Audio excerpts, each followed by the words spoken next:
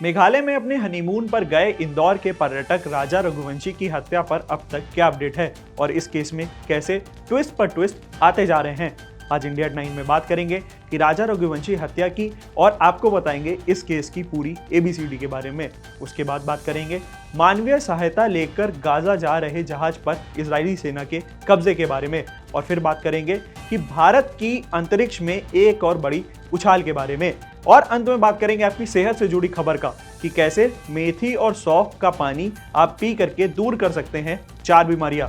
तो चलिए खबरों का सिलसिला शुरू करते हैं। नमस्कार, अंश कपूर नाम है मेरा और आप देख रहे हैं इस समय इंडिया 9। सबसे पहले आपको बताते हैं राजा रघुवंशी हत्या के बारे में और क्यों ट्रेंड कर रहा है सोनम बेवफा है। इन दिनों सोशल मीडिया पर सोनम बेवफा है हैशटैग फिर से ट्रेंड कर रहा है।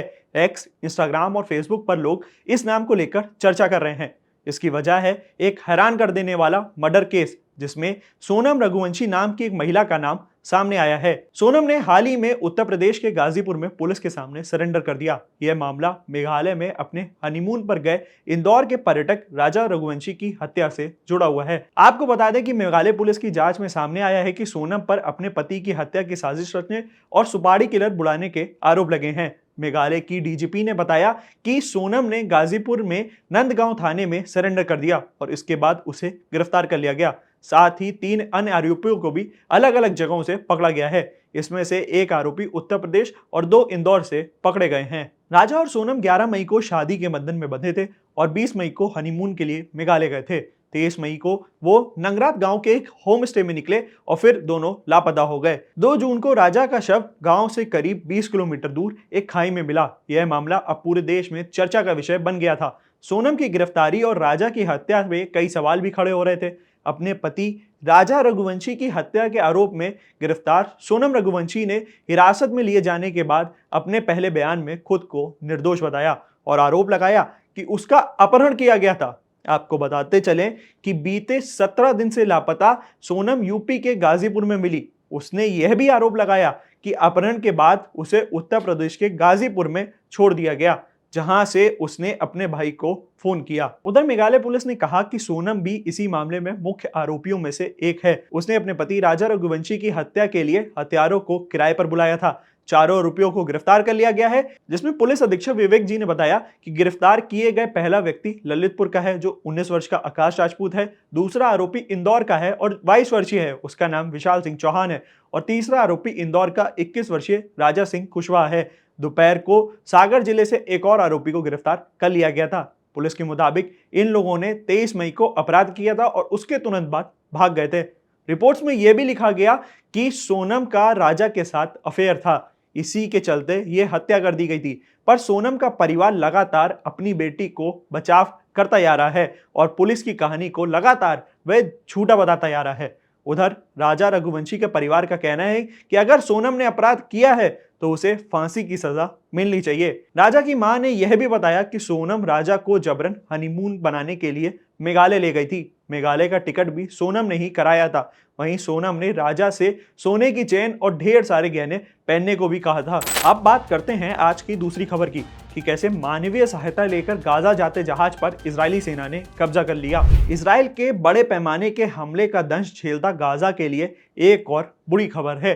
गाजा पट्टी में मानवीय सहायता पहुंचाने के लिए 12 ह्यूमन राइट एक्टिविस्ट यानी मानव अधिकार कार्यकर्ताओं का एक समूह जहाज से जा रहा था, लेकिन अब उस पर 20 समंदर में इजरायली सैनिक सवार हो गए और इस जहाज को कब्जा कर लिया। इस जहाज का नाम मैडनिन है और एक संगठन ने टेलीग्राम ऐप पर कहा कि जहाज से कनेक्शन टूट गया है। इसके साथ ही एक तस्वीर भी पोस्ट की गई जिसमें लाइफ जैकेट पहने हुए लोगों के हाथ ऊपर करके बैठे देखा जा सकता है। ट्विटर पर वीडियो पोस्ट करने के बाद एक्टिविस्ट ने दावा किया कि उन्हें इजरायली सेना ने किडनैप कर लिया है। गौरतलब है कि इस जहाज पर सवार लोगों को जलवायु कार्यकर्ता ग्रेटर थॉनबर्ग में भी शामिल है। इजराइल के रक्षा मंत्री ने पहले ही अपनी सेना को जहाज को गाजा की नाकाबंदी तोड़ने से रोकने का आदेश दे दिया था। दरअसल इजराइल का दावा है कि वह नहीं चाहता कि हथियार हमास तक पहुंचे और उसे रोकने के लिए नाकाबंदी जरूरी है। जहाज पर इजरायली सैनिकों के बैठने के बाद इजराइल के विदेश मंत्री ने कहा कि मैडनिन सुरक्षित रूप से इजराइल के तटों की ओर बढ़ रहा है। एक्स पर पोस्ट में यह भी लिखा गया कि मंत्रालय का कहना है कि यात्रियों से अपने अपने गृह देश लौटने की उम्मीद भी की गई है। आपको बताते चलें, गाजा युद्ध 7 अक्टूबर 2023 को इजराइल और हमास के बीच शुरू हुआ था। आपको बताते चलें कि इस हमले में इजराइल के 1218 लोगों की मौत हो गई थी, जिसमें ज्यादातर लोग इजरायली नागरिक थे। हमास द्वारा संचालित गाजा में स्वास्थ्य मंत्रालय ने कहा कि गाजा में मरने वालों का कुल आंकड़ा 54,880 तक पहुंच गया है। संयुक्त राष्ट्र इन आंकड़ों को विश्वसनीय मानता है। अब समय हो चला है आपको तीसरी खबर बताने का कि कैसे अंतरिक्ष में भारत एक बड़ी छलांग लगाने वाला है। भारत के अंतरिक्ष यात्री Shubhanshu Shukla international space station की ओर उड़ान भरने को तैयार है। शुभांशु शुक्ला 10 जून को फ्लोरिडा के केनेडी स्पेस स्टेशन से स्पेस एक्स के फैल्कॉन 9 रॉकेट पे सवार होकर अपनी अंतरिक्ष यात्रा शुरू करेंगे। 15 सालों तक एक कॉम्बैट पायलट रहे शुभांशु एक इंटरनेशनल स्पेस स्टेशन की यात्रा करने वाले पहले भारतीय नागरिक बनने जा रहे हैं। यह ऐतिहासिक मिशन एक्सियोम स्पेस के एक्सियोम 4 मिशन के तहत लॉन्च किया गया है, जिसे मिशन आकाशगंगा भी कहा जा रहा है। यह निजी अंतरिक्ष उड़ान 10 जून को नासा के केनेडी स्पेस स्टेशन के स्पेस एक्स के क्रू ड्रैगन C213 यान में लॉन्च की जाएगी। लगभग 28 घंटे की यात्रा के बाद वो 11 जून की रात करीब 10 बजे ISS से जुड़ेंगे। लखनऊ में जन्मे 39 वर्षीय शुभांशु शुक्ला को जून 2006 में भारतीय वायुसेना में कमीशन किया गया था। उन्होंने अब तक 2000 घंटे से अधिक का उड़ान अनुभव हासिल किया है। इसमें उन्होंने सुखोई 30, MiG-21, MiG-29, जैगवार जैसे कई विमान उड़ाए हैं और उन्हें टेस्ट भी करा है। शुभांशु इस मिशन पर 2 रिकॉर्ड बनाएंगे। एक तो जैसे हमने बताया था आपको कि ISS की यात्रा करने वाले वह पहले भारतीय नागरिक बनेंगे, और दूसरा कि वह राकेश शर्मा के बाद अंतरिक्ष में कदम रखने वाले केवल दूसरे नागरिक होंगे। यह एक ऐसी उपलब्धि होने वाली है जिसमें देश को उम्मीद है कि उसकी अपनी मानवीय उड़ान है और यह देश के लिए महत्वपूर्ण कदम भी साबित होगा। अब समय हो चला है आपको सेहत से जुड़ी खबर बताने का कि मेथी और सौंफ का पानी कैसे आपको इन 4 बीमारियों से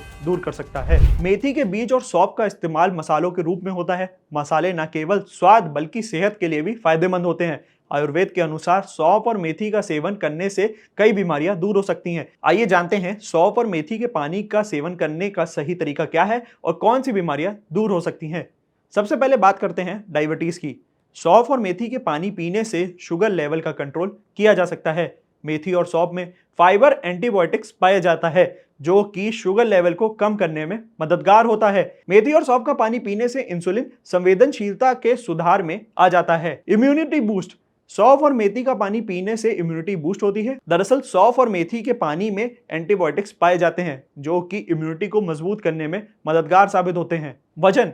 सौंफ और मेथी का पानी पीने से वजन कम होता है। मेथी और सौंफ का पानी मेटाबॉलिज्म को बूस्ट करता है। मेथी और सौंफ का पानी मेटाबॉलिज्म को बूस्ट करने में मदद करता है। वहीं शरीर के एक्स्ट्रा फैट को बर्न करने में भी वो मदद करता है। मजबूत पाचन तंत्र। सौंफ और मेथी का पानी पीने से पाचन तंत्र मजबूत होता है। सौंफ और मेथी में फाइबर पाया जाता है जो कि पाचन तंत्र को मजबूत करने में मददगार साबित होता है। सौंफ और मेथी का पानी पीने से गैस, अपच, कब्ज और एसिडिटी की समस्या से में भी राहत मिलती है। मेथी और सौंफ का पानी पीने का सही तरीका क्या है?